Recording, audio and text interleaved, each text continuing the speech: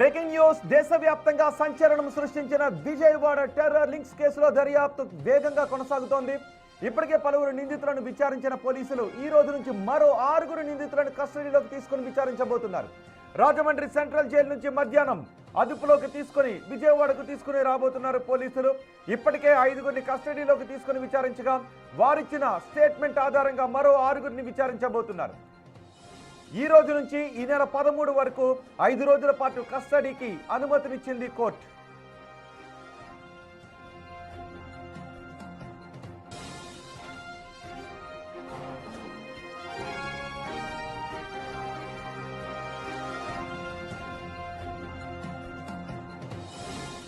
ఈ కేసులో A4 గా ఉన్న బీహార్ కు చెందిన షాద్మాన్ దిల్కష్, A7 గా ఉన్న ఢిల్లీకి చెందిన లకీ అహ్మద్, A9 గా ఉన్న రాజస్థాన్ కు చెందిన జీషాన్, అక్యూజ్డ్ 10 గా ఉన్న పశ్చిమ బెంగాల్కు చెందిన ఆసిఫ్ అలీ బంకురా, A13 గా ఉన్న మహారాష్ట్రకు చెందిన షేక్ ఫయాజ్ రెహమాన్, A12 గా ఉన్న పూణేకు చెందిన షారుఖ్ బన్ను పోలీసులు ఈ రోజు నుంచి విచారించబోతున్నారు.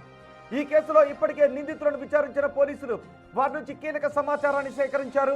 వారిచ్చిన సమాచారం ఆధారంగా మిగిలిన నిందితులను విచారించబోతున్నారు.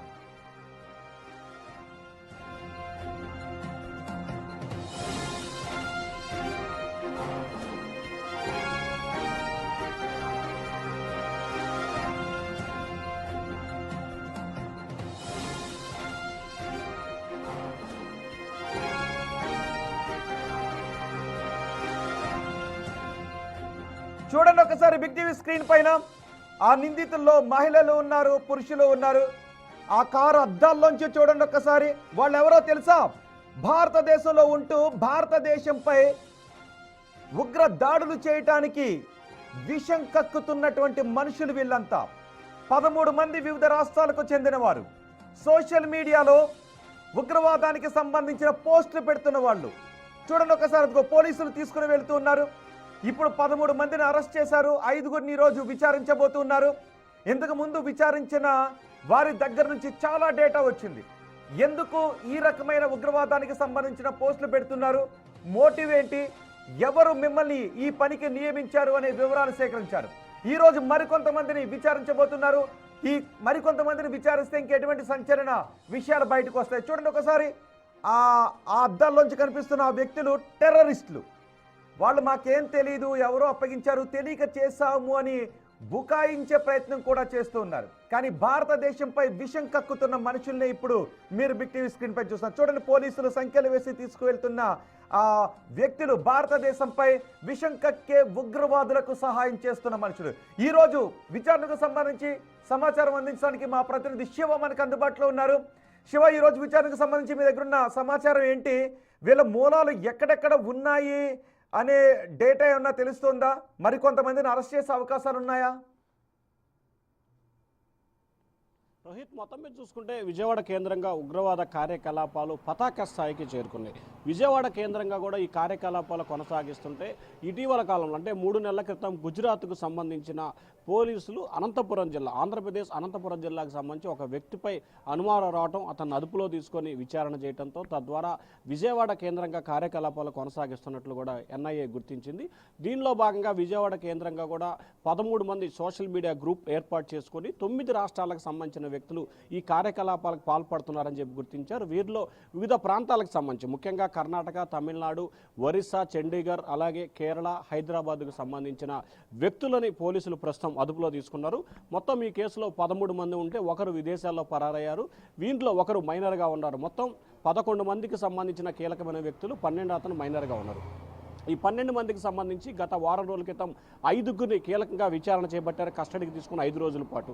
ఈ రోజు నుంచి మరొక 5 A6, A7, A9, A10, A11, A13కి సంబంధించిన వ్యక్తులని 5 కూడా మరికొద్ది సేపట్లోనే రాజమండ్రి సెంటర్ జైలు నుంచి కూడా వారిని విజయవాడ కొత్తపేట పోలీసులు అదుపులో తీసుకున్నారు. అక్కడి నుంచి విజయవాడ గవర్నమెంట్ హాస్పిటల్లో వైద్య పరీక్షలు నిర్వహించి విజయవాడ టాస్క్ ఫోర్స్ కార్యాలయం అంటే మొదటి రోజు మధ్యాహ్నం ఈ రోజు 4 గంటల నుంచి కూడా విచారణ ప్రారంభం కాబోతుంది.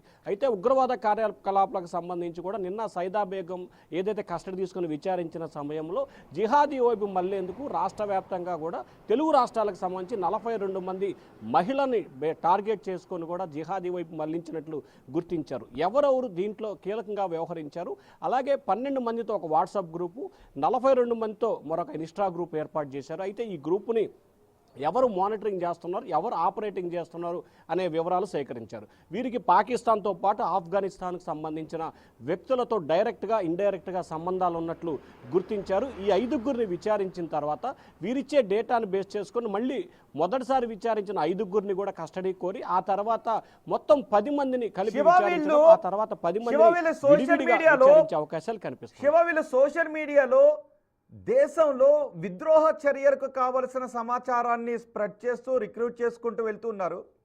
అదే సమయంలో వీళ్ళు చేస్తున్న పని ఏంటి, మిగిలిన సమయంలో వీళ్ళు ఏం పని చేస్తున్నట్టుగా అక్కడ నటిస్తూ ఉన్నారు చుట్టుపక్కల వాళ్ళకి అనుమానం రాకుండా.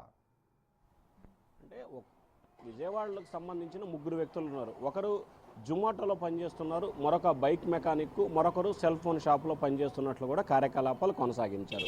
అయితే వీరంతా కూడా రెగ్యులర్గా ఏదో ఒక పని, అంటే జీవనాధారానికి సంబంధించి ఏదో ఒక పని చేస్తున్నట్టు కూడా చుట్టుపక్కల ప్రజల్ని, ఆ ప్రాంత ప్రజల్ని, ఇటు పోలీసుల్ని, రాష్ట్ర ప్రజల్ని నమ్మించే ప్రయత్నం చేస్తున్నారు. కానీ జిహాదీ వైపు మళ్ళే విధంగా మహిళలని, యువకులని టార్గెట్ చేసి వారిని సెలెక్టెడ్గా కొంతమందిని వ్యక్తులని ఐడెంటిఫికేషన్ చేస్తారు. వారిపై ఫోకస్ పెట్టి వారిని జిహాదీ వైపు మళ్లించే విధంగా చర్యలు తీసుకోవటం, అలాగే ఆంధ్రప్రదేశ్తో పాటు ఈ 9 రాష్ట్రాలకు సంబంధించిన కొంత విధ్వంసకరమైన పరిస్థితులను సృష్టించాలి అనే ఉద్దేశంతో వీరు ప్రధానంగా టార్గెట్ చేసుకున్నట్టు తెలుస్తోంది. ఎక్కడ విధ్వంసం సృష్టించాలనుకున్నారు, ఎవరి డైరెక్షన్లో చేయబోతున్నారని ఇప్పుడు కీలకంగా మారింది. ఎందుకంటే ఇటీవల కాలంలో పోలీసుల విచారణలో కొన్ని ఆసక్తికరమైన అంశాలు వెలుగులోకి వచ్చాయి.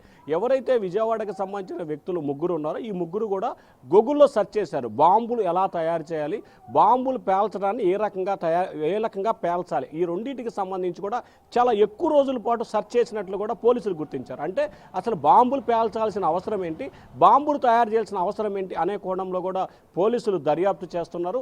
ఉగ్రవాద కార్యకలాపాలను బేస్ చేసుకొని ముఖ్యంగా తెలుగు రాష్ట్రాలతో పాటు కర్ణాటక, చెన్నై, కేరళతో పాటుగా కొన్ని రాష్ట్రాల్లో అంటే ఛత్తీస్గఢ్ మొత్తం 9 రాష్ట్రాల్లో ఒక భారీ ప్రణాళిక తయారు చేసినట్లు కూడా అర్థమవుతుంది. ఎక్కడ ప్రధానంగా చేయబోతున్నారు దానికి సంబంధించి విచారణ కొనసాగుతుంది. అంటే ఏం చెప్తున్నారు, ఇంతమంది మహిళలు, సుమారు 42 మంది మహిళలు జిహాదీ వైపు మళ్లించాలని అనుకున్నారు. అంటే ఎక్కువ మంది మహిళలను రిక్రూట్ చేసుకోవాలి అన్న వ్యూహానికి కారణం ఏమై ఉండొచ్చు అనే మాటలు వినిపిస్తున్నాయి. అంటే ఖచ్చితంగా మహిళలకు సంబంధించి కూడా చాలామంది ఇటీవల కాలంలో డైలీ వేర్ కూలీకి వెళ్ళటం కానీ, లేకపోతే షాపుల్లో పనిచేయటం కానీ, ఆర్థిక పరమైన ఇబ్బందులు ఉన్న మహిళల్ని వీరు టార్గెట్ చేస్తారు. ఒక షాప్లో పనిచేస్తే 500, 1000 ఇస్తారు. కానీ వీరు మాత్రం వారికి 5,000 నుంచి 10,000 రూపాయలు ఇస్తారు. వారానికి 5,000 నుంచి 10,000 రూపాయలు ఇస్తారు. అలాగే మేము పిలిచినప్పుడు మాత్రమే రావాలంటారు, రోజు పని చేయాల్సిన అవసరం లేదంటారు. సో ఎవరైతే ఇంట్లో జీవనోపాధికి సంబంధించి కానీ ఆర్థికంగా ఇబ్బందులు ఉన్న మహిళల్ని టార్గెట్ చేస్తారు. కానీ ప్రస్తుతానికి పోలీసులు గుర్తించింది 42 మంది. కానీ వీరందరినీ పూర్తి స్థాయిలో దర్యాప్తు చేస్తే ఆ సంఖ్య 100ల్లో చేరే అవకాశం ఉన్నట్లు కూడా అర్థమవుతుంది. ఇప్పటికే 42 మంది సంబంధించి కేవలం ఒక సైదా బేగం, హైదరాబాద్కు సంబంధించిన సైదా బేగం అనే మహిళ మాత్రమే 42 మంది రిక్రూట్మెంట్ చేసింది. ఇక మిగిలిన ఈ 11 మంది ఎంతమంది రిక్రూట్ చేశారు, అలాగే ఈ 42 మంది ద్వారా ఎంతమంది మళ్ళీ దీంట్లో యాడ్ అయ్యారు అనేది కూడా ఇప్పుడు ప్రధానంగా చర్చగా దారితీస్తుంది. సో ఈ నేపథ్యంలోనే లోతుగా దర్యాప్తు చేస్తే ఒక్కొక్క అంశానికి సంబంధించి ఒక్కొక్కటి వెలుగులోకి వచ్చే అవకాశాలు అయితే స్పష్టంగా కనిపిస్తా ఉన్నాయి. రోహిత్, రైట్ శివ, దేశద్రోహానికి పాల్పడటానికి ప్రయత్నం చేసిన 13 మంది నిందితులలో ఈరోజు 5 మందిని విచారించబోతున్నారు. మేము బిగ్ టీవీ బాధ్యతాయుతంగా విచారణకు సంబంధించినటువంటి విషయాలను ప్రజలకు వెల్లడించాలని అనుకోవడం లేదు.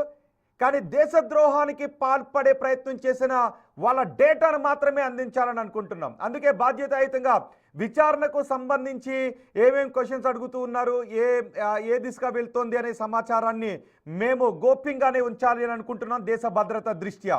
కానీ చూడండి ఒకసారి, ఆ పోలీసులు అటు ఇటు పట్టుకుని తీసుకువెళ్తున్నటువంటి ఒక మహిళ, అదిగో ఒక పురుషుడు, ఆ తర్వాత కారులో ఉన్నటువంటి మరికొంతమంది ముఖాన్ని దాచుకుంటున్నటువంటి ఆ దొంగను చూడండి, ఆ దేశద్రోహిని చూడండి, ఒకసారి ముఖాన్ని దాచుకుని వంగి వంగి వెళ్తున్నటువంటి దేశద్రోహిని చూడండి. ఇలాంటి దేశద్రోహులు మన పక్కనే ఉన్నా మనం కనుక్కోలేని పరిస్థితుల్లో ఉంటాము. కాబట్టి అప్రమత్తంగా ఉండాలి. ఎవరైనా ఇలాంటి భావజాలానికి ఆకర్షితులు అవుతూ ఉంటే మీ జీవితాలు ఖచ్చితంగా నాశనం అయిపోయినట్టే. కాబట్టి శత్రు దేశాలకు సహాయం చేసే కార్యక్రమాలను మానుకుంటారన్న ఉద్దేశంతోనే విస్తృత అవగాహన కల్పించడానికి మేము వీటిని ఎక్కువగానే చూపిస్తున్నాం. కానీ విచారణకు సంబంధించిన లోతైన విషయాలను మాత్రం దేశ భద్రత దృష్ట్యా మేము అందించాలని అనుకోవడం లేదు.